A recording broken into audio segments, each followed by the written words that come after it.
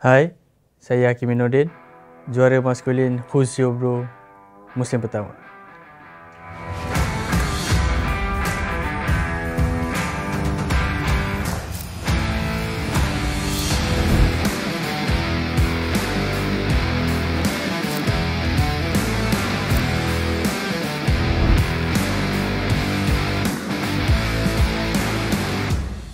Impak terbesar lepas saya menang Who's Your Bro ni, salah satunya saya dapat capai satu impian saya di mana saya teringin dah lama dulu nak berlakon, sama ada untuk filem ke, drama ke, telemovie ke. And lepas je saya menang tu, Alhamdulillah, lepas beberapa minggu saya rehat dan apa semua, datang satu offer untuk saya berlakon dalam sesebuah drama. Dan masuk lagi satu offer untuk berlakon untuk telemovie. So daripada situ, itu salah satu impak yang terbesar lah bagi saya. Sebab bagi saya itu adalah satu perjalanan yang baru untuk diri saya lepas habisnya Maskulin Who's Your Bro. Sebab kita tahu Maskulin Who's Your Bro ni dia memang berdasarkan fitness dan kekuatan fizikal dan mental. Tapi apabila saya dapat masuk ke industri lakonan pula, itu membuatkan saya lagi teruja lah untuk membuat sesuatu benda dalam industri hiburan. Okey, untuk watak pertama yang saya dapat dalam kerjaya saya ni adalah seorang watak yang bernama Aisyah.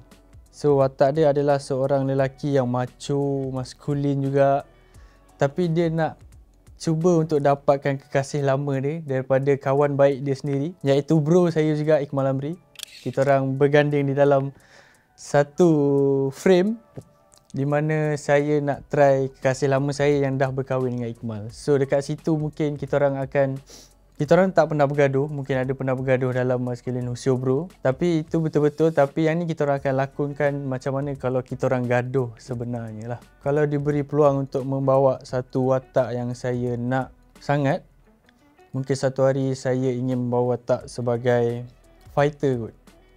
Fighter yang membuat challenge yang banyak-banyak, yang banyak bergaduh, yang banyak guna movement. Contohnya macam John Wick ke. Okay, itu saya punya reference lah.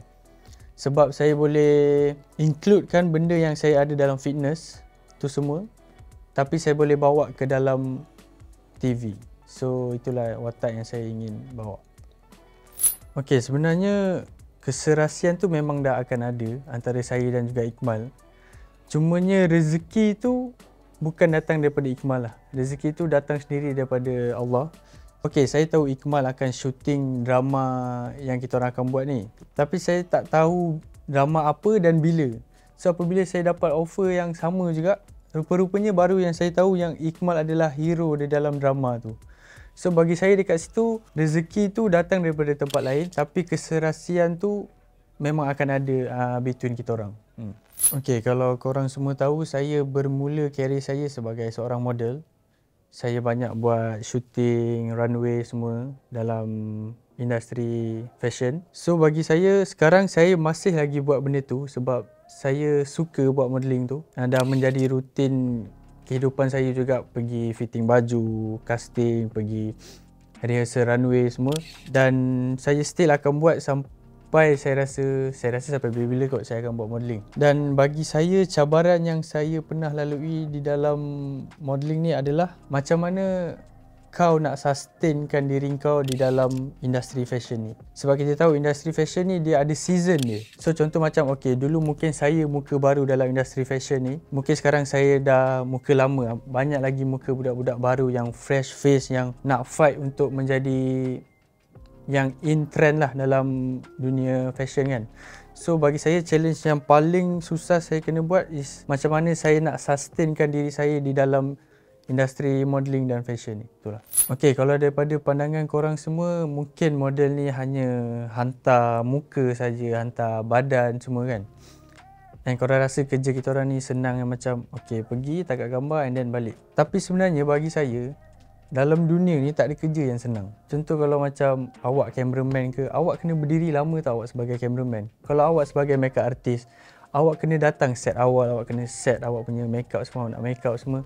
Sama juga dengan model. Kalau kita orang nak hantar kita orang punya muka dan kita orang punya badan, itu yang korang nampak. Tapi di sebaliknya, kita orang kena jaga kita orang punya muka, makan kita orang kena jaga, kita orang kena pergi gym hari-hari untuk kekalkan fit tu semua. And lagi satu, untuk menjadi model ni korang kena sentiasa confident dengan pembawaan watak korang tau.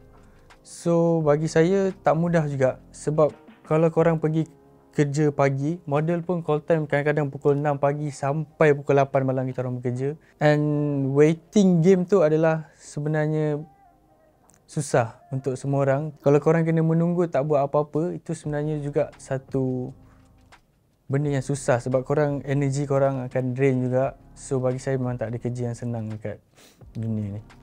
Cara saya lah untuk kekal relevan dalam industri fashion and modelling ni, apa yang saya buat is saya selalu tukar saya punya looks.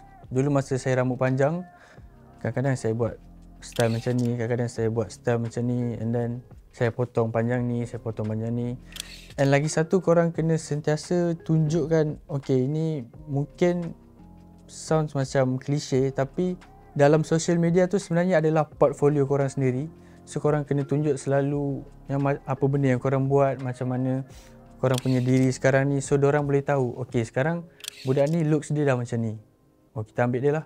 Contoh macam bulan depan tu, oh budak ni looks dia dah macam ni, oh dah berbeza kan. So diorang mungkin akan tertarik lagi untuk ambil korang untuk shoot dan sebagainya. Bagi saya, berlakon ni juga bukan merupakan satu pekerjaan yang senang. Sebab korang ingat, orang berlakon ni macam, alah dia ni berlakon, semua orang boleh berlakon kan. Tapi sebenarnya tak. Berlakon ni korang tak boleh macam, okay aku nak berlakon, korang datang masuk set, okay korang berdialog semua. Tak semudah itu dan tak semudah yang saya sangka. Sebab saya juga ada prepare sebelum saya masuk dunia lakonan. Saya belajar acting class, saya belajar dengan orang ni, dengan kawan-kawan saya semua. Tapi bila hari pertama saya dekat set tu, perasaan nervous tu still akan ada. Dan berlakon ni bukan perkara yang senang sebenarnya. So if korang tak prepare betul-betul, korang nak membawa sesuatu watak tu, korang memang tak akan boleh bawa. Mungkin lah kalau korang diberi kelebihan daripada Tuhan yang macam, okay, budak ni memang dilahirkan untuk berlakon, mungkin dekat situ. Tapi untuk saya bukan lahir untuk menjadi perkara tu. Tapi saya suka benda tu, saya akan cuba sehabis baik, belajar, tanya orang, masuk acting class untuk saya capai satu tahap tu nanti. Support system bagi saya memang sangat penting. Bukan hanya untuk diri saya, tapi saya percaya untuk semua orang yang ada dekat dunia, dekat luar sana tu. Sebab kadang-kadang memang korang bekerja dengan diri sendiri. Tapi apabila sampai satu tahap tu, korang akan balik rumah juga. Dan korang ingin bercakap dengan orang yang korang selesa kan.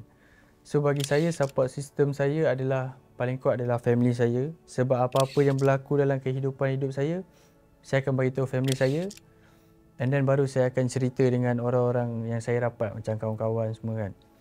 And lagi satu bagi saya, doa seorang ibu tu memang kuat lah, benda ni real lah. So kalau korang selagi masih ada ibu, jaga diorang sebaik mungkin. Sebab to be honest, setiap challenge episode Who's Your Bro, daripada audition sampailah ke final challenge, setiap hari sebelum saya keluar rumah tu, saya akan, kalau saya tak sempat cakap dengan mak saya, dia tak ada kat rumah ke, saya akan WhatsApp. Tapi kalau dia ada dekat rumah, memang saya akan salam dia, macam saya akan cakap, tolong doakan urusan Kimi hari ni dipermudahkan semua. Daripada audition, daripada interview, episod 1 sampai episod 10, memang setiap episod tu saya akan minta doa daripada dia lah.